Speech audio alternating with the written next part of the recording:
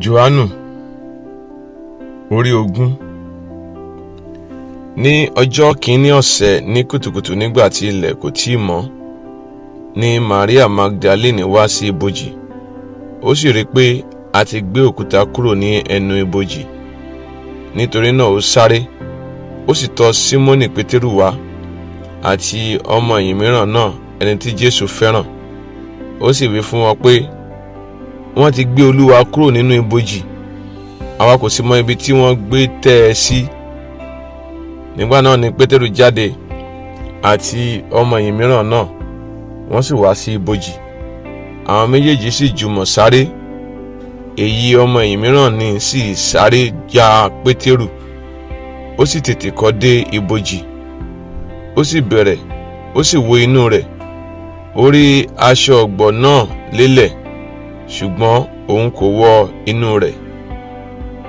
Nígbà náà ni Símónì Pétérù tí ń bọ̀ lẹ́yìn rẹ̀ dé, ó sì wọ inú ibojì, ó sì rí aṣọ ọ̀gbọ̀ náà wà nílẹ̀, àti pé gèlè tí ó wà níbi orí rẹ̀ kò sì wà pẹ̀lú aṣọ ọ̀gbọ̀ náà, ṣùgbọ́n a ká a jọ ní ibì kan fún ara rẹ̀. Nígbà náà ni ọmọ ẹ̀yìn mìíràn náà, ẹni tí ó kọ́ dé ibojì, wọ inú rẹ̀ pẹ̀lú, ó sì rí, ó sì gbàgbọ́, nítorí pé wọn kò ṣáà tí ì mọ ìwé mímọ́ pé òun kò lè ṣàì má jíǹde kúrò nínú òkú. Bẹ́ẹ̀ ni àwọn ọmọ ẹ̀yìn náà sì tún padà lọ sí ilé wọn. Ṣùgbọ́n Màríà dúró létí ibojì lóde, ó ń sọkún. Bí ó ti ń sọkún, bẹ́ẹ̀ ni ó bẹ̀rẹ̀, ó sì wo inú ibojì, ó sì kíyèsí àwọn áńgẹ́lì méjì aláṣọ funfun. Wọ́n jókòó, ọ̀kan níhà orí àti ọ̀kan níhà ẹsẹ̀, níbi tí òkú Jésù gbé ti sùn sí. Wọ́n sì wí fún un pé, obìnrin yìí, èéṣe tí ìwọ fi ń sọkún? Ó sì wí fún wọn pé, nítorí tí wọ́n ti gbé Olúwa mi, èmi kò sì mọ ibi tí wọ́n gbé tẹ́ ẹ sí. Nígbà tí ó sì ti wí èyí tán, ó yí padà, ó sì rí Jésù dúró, kò sì mọ̀ pé Jésù ni. Jésù wí fún un pé, obìnrin yìí, èéṣe tí ìwọ fi ń sọkún? Ta ni ìwọ ń wá? Òun ṣe bí olùṣọ́gbà ní í ṣe. Ó wí fún un pé, alàgbà, bí ìwọ bá ti gbé e kúrò níhìn, sọ ibi tí o gbé tẹ́ ẹ sí fún mi, èmi yóò sì gbé e kúrò.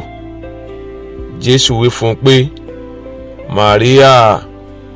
Ó sì yí padà, ó wí fún un pé, Rábónì, èyí tí ó jẹ́ olùkọ́ni.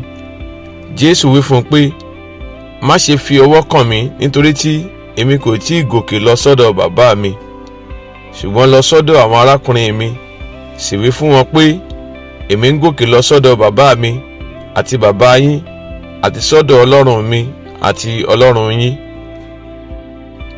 Màríà Magdalene wá, ó sì sọ fún àwọn ọmọ ẹ̀yìn pé òun ti rí Olúwa, àti pé ó sì ti sọ nǹkan wọ̀nyí fún òun. Lọ́jọ́ kan náà, lọ́jọ́ ìkíní ọ̀sẹ̀, nígbà tí alẹ́ lẹ́, tí a sì ti ti ilẹ̀kùn ibi tí àwọn ọmọ ẹ̀yìn gbé péjọ nítorí ìbẹ̀rù àwọn Júù, bẹ́ẹ̀ ni Jésù dé, ó dúró láàrin, ó sì wí fún wọn pé, àlàáfíà fún yín.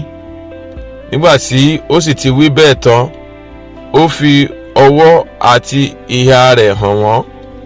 Nítorí náà ni àwọn ọmọ ẹ̀yìn yọ̀ nígbà tí wọ́n rí Olúwa. Nítorí náà Jésù sì tún wí fún wọn pé, àlàáfíà fún yín.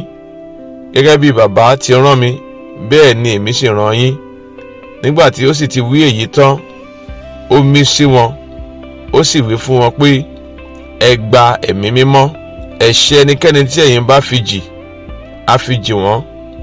Ẹ̀ṣẹ̀ ẹnikẹ́ni tí ẹ̀yin bá dá dúró, á dá a dúró.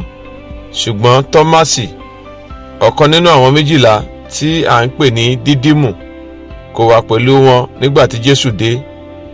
Nítorí náà àwọn ọmọ ẹ̀yìn yòókù wí fún un pé, àwa ti rí Olúwa.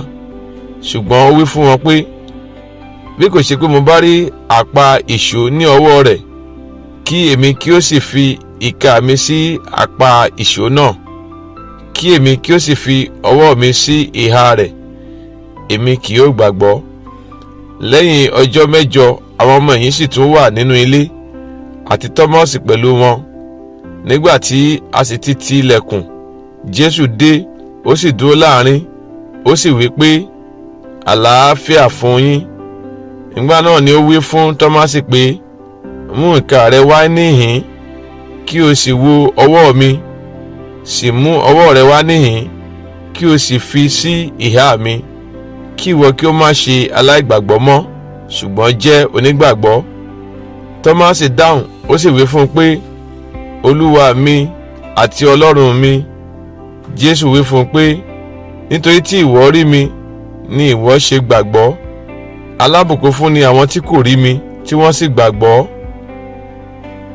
Ọ̀pọ̀lọpọ̀ iṣẹ́ àmì mìíràn ni Jésù ṣe níwájú àwọn ọmọ ẹ̀yìn rẹ̀ tí a kò kọ sínú ìwé yìí, ṣùgbọ́n wọ̀nyí ni a kọ kí ẹ̀yin kí ó lè gbàgbọ́ pé Jésù ní í ṣe Kristi náà, ọmọ Ọlọ́run, àti ní gbígbàgbọ́ kí ẹ̀yin kí ó lè ní ìyè ní orúkọ rẹ̀.